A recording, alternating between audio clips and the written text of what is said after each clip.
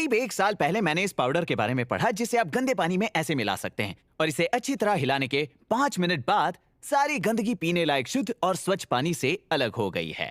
मैं विज्ञान में विश्वास करता हूं और इसे देखने पर यह किसी जादू से कम नहीं लगता। मैं साल में सिर्फ 12 वीडियोस बनाता हूं, इसलिए मैं उन्हें बनाने के लिए टॉपिक्स बहुत सावधानी से चुनता हूं। हालांकि मैं आमतौर पर मजेदार चीजें बनाने के लिए अपनी इंजीनियरिंग और साइंस का इस्तेमाल करता हूं,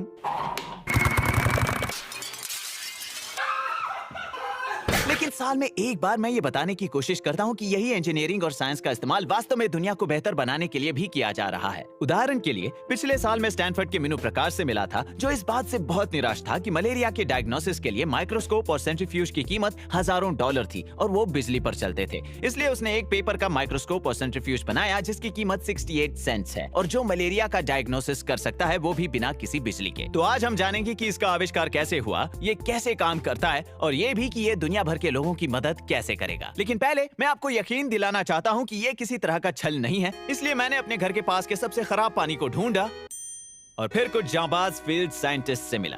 तो आज यहाँ मेरे साथ है कोल, केडन, रेनी और मैक्स। मैंने वादा किया था कि वो मेरे वीडियो में होंगे, लेकिन मैंने ये नहीं बताया कि कौन से वाले में। अब मेरी बात सुनो, हमें वहाँ उस कीचड़ में जाकर उस गंदे पानी को इन बोतलों में भरकर लाना है। तुम कर पाओगे? हाँ।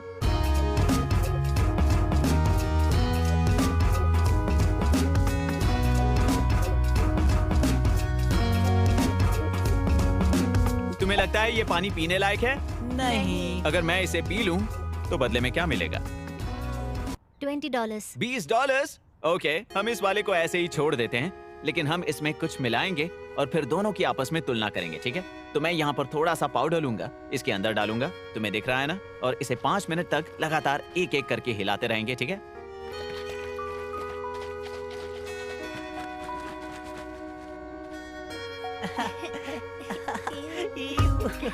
अब देखते हैं क्या होता है।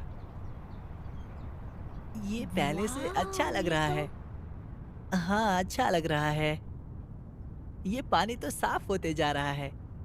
जरा देखो तो। ठीक है, तो मैं यहाँ अपना अंगूठा रखता हूँ ताकि तुम्हें पता चले कि मैंने पिया है, ठीक है?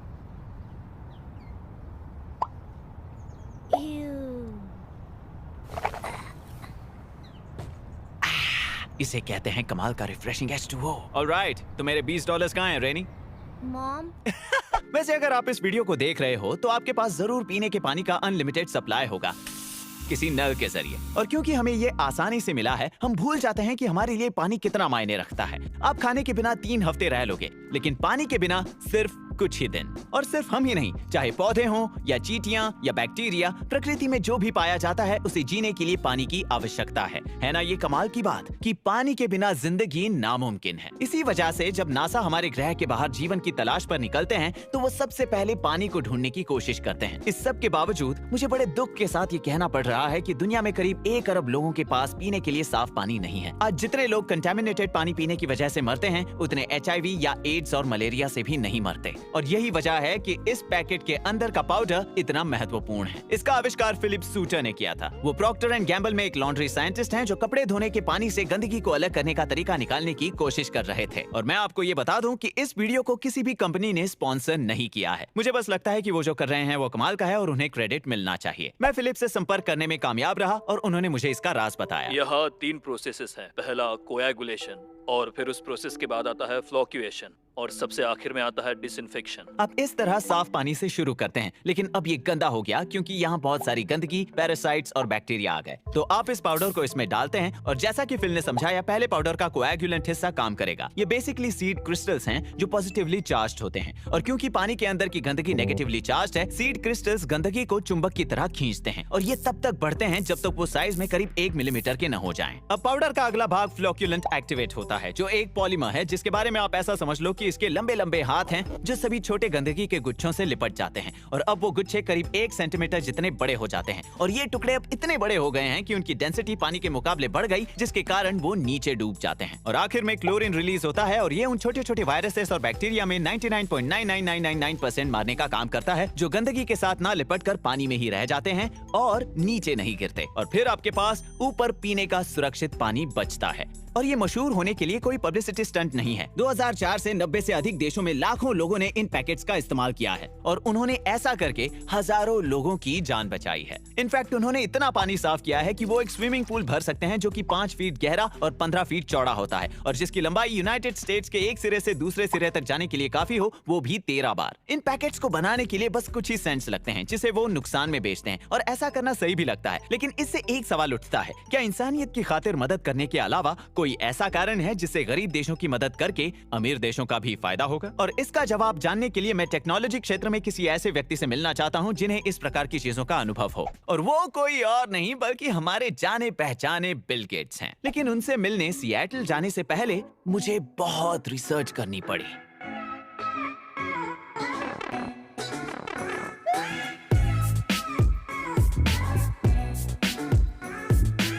जब मैं वहां पहुंचा तो अपने इंतजार के दौरान मुझे बताया गया कि मैं इसे अपना ही घर समझूं। तो इन हालातों में मैंने वही किया जो कोई भी आम आदमी करता। मैंने दुनिया के सबसे अमीर इंसान के लिए पिज्जा रोल्स बनाए।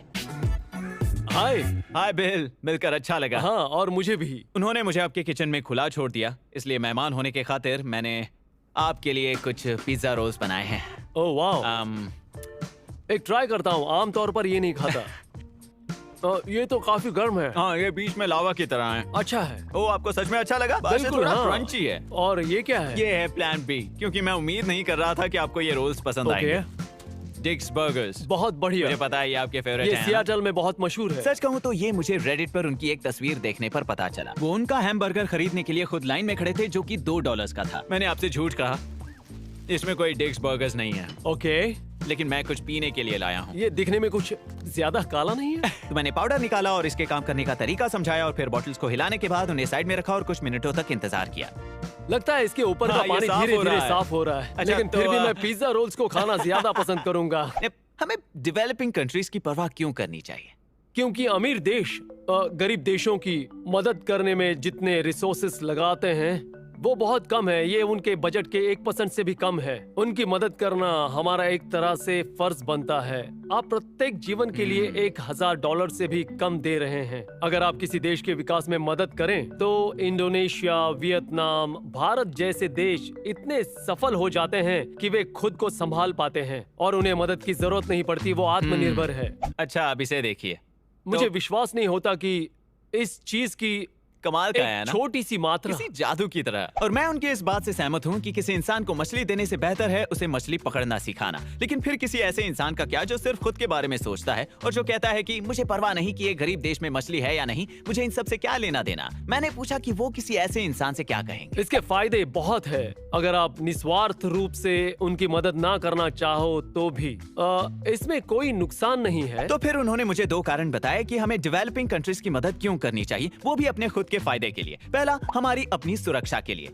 जब किसी करीबी देश को मदद मिलेगी तो वहाँ शिक्षा और आर्थिक अवसर को बढ़ावा मिलेगा और देश तरक्की करेगा।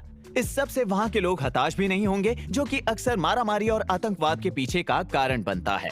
अमेरिका के सभी टॉप जनरल्स ये मानते हैं कि विदेशी सहायता स्थिरता पैदा करती है, जिससे मिलिट्री स्पेंडिंग भी कम होती है और दुनिया भी सुरक्षित रहती है। और तो और उन्होंने मुझे बताया कि इससे बीमारियां भी फैल सकती हैं। जब अगली महामारी आएगी तो इस बात की काफी संभावना है कि वो इबोला से भी कहीं ज्यादा बदतर होगी और अमीर देशों में तेजी से फैलेगी। इस सब में हमारा फायदा ये है कि डेवलपिंग कंट्रीज की मदद करके हम उनके हेल्थ सिस्टम को इतना बेहतर बना सकते हैं कि वो स्वयं बीमारियों का पता लगाकर उन्हें पूरी दुनिया में फैलने से रोक सकें। और डेवलपिंग कंट्रीज की मदद करने का दूसरा स्वार्थी कारण जिस पर हमने चर्चा की, उसमें तो हमारा अपना फायदा था। दूसरे विश्व युद्ध के बाद आप सोचते हैं, अरे क्या हमें जापान की परवाह है? वेल, ये जापान तो सोनी और टोयोटा अच्छे प्रोडक्ट्स बनाते हैं। हाँ, निंटेंडो को कैसे भूल सकते हैं? यहाँ दोनों पार्टीज का फायदा है। जहाँ हम चाहते हैं कि जापान अच्छा करे और बेहतरीन प्रोडक्ट्स बनाए, और जैसे कि उनके बोइंग जेट्स, माइक्रोसॉफ्ट सॉफ्टवेयर, और जैसे हम जो कि नहीं होगा। क्यों नहीं? ये चाहना कि दूसरे देश भी विकसित हो, इसमें किसी का नुकसान नहीं हो रहा। ऐसा नहीं कि वो अच्छा करे और हमारे लिए बुरा हो। मतलब कि हमने जापान के लोगों को अपने पैरों पर खड़े होने की मदद की ताकि उनके आधुनिक विचारों का फायदा पूरी दुनिया उठा सके, वरना ये मानव पूंजी की बर्बादी होती और दुनिया मारियो ब्रदर्स को कभी नहीं जानती। जिससे एक और सवाल उठता है, अगर आप पूछते हैं कि अब तक का सबसे बुद्धिमान व्यक्ति कौन है, आपको कुछ इस तरह के जवाब मिलते हैं। Albert Einstein, Einstein, Einstein, Albert Einstein, Albert Einstein, Einstein, Albert Einstein, Marco रोवो, तुम्हें ऐसा बोलने के लिए मैंने नहीं कहा ना। अरे क्या तुम तो। लेकिन सच ये है कि क्योंकि पृथ्वी पर 100 अरब लोग रह चुके हैं, हम ये यकीन से कह सकते हैं कि एल्बर्ट आइंस्टाइन सबसे बुद्धिमान इंसान नहीं थे। वो कोई ऐसा इंसान था जिसे कोई नहीं जानता, जो शायद काफी समय पहले पैदा हुआ, जो अपने दिन का ज्यादातर वक्त सिर्फ जिंदा रहने में लगाता, और इसीलिए ये पैकेट्स इतने काम के हैं। जब लगभग 1 अरब लोग हर दिन साफ पानी खोजने की कोशिश में अपना समय लगा रहे हैं, तो ये उनकी दिमागी शक्ति की भारी बर्बादी है। अब ये पैकेट्स और इनके जैसे अन्य सहायता प्रयास माता पिता को स्वस्थ रहने में मदद करता है, ताकि वो परिवार की जरूरतें पूरी कर सकें, जिससे उनके बच्चों को शिक्षित होने का अवसर मिलता है, जिससे अगली पीढ़ी और भी ज्यादा आगे बढ़ पाती है, और इवेंचुअली धीरे धीरे पूरी दुनिया फायदा उठा पाती है उस मदद का, जिसके कारण आज वो गरीब देश अपने पैरों पर खड़े हो पा रहे हैं। और फिर शायद सोलर टेक्नोलॉजी में कुछ बड़ी सफलता, या शायद कैंसर या HIV का इलाज एक ऐसे गरीब देश से आ सकता है जो आज सिर्फ एक डेवलपिंग कंट्री है। और मेरे हिसाब से ये एक बहुत ही प्रेरक और योग्य लक्ष्य है। मुझे बहुत कुछ सीखने को मिलता है। मैं जीवन भर इन बीमारियों पर काम करता रहूंगा। Bill Gates, living legend, pizza rolls खाने वाले। हाँ, मुझे सही बहुत कहा। मजा आया। आपका बहुत बहुत शुक्रिया। अब इसे पीते हैं।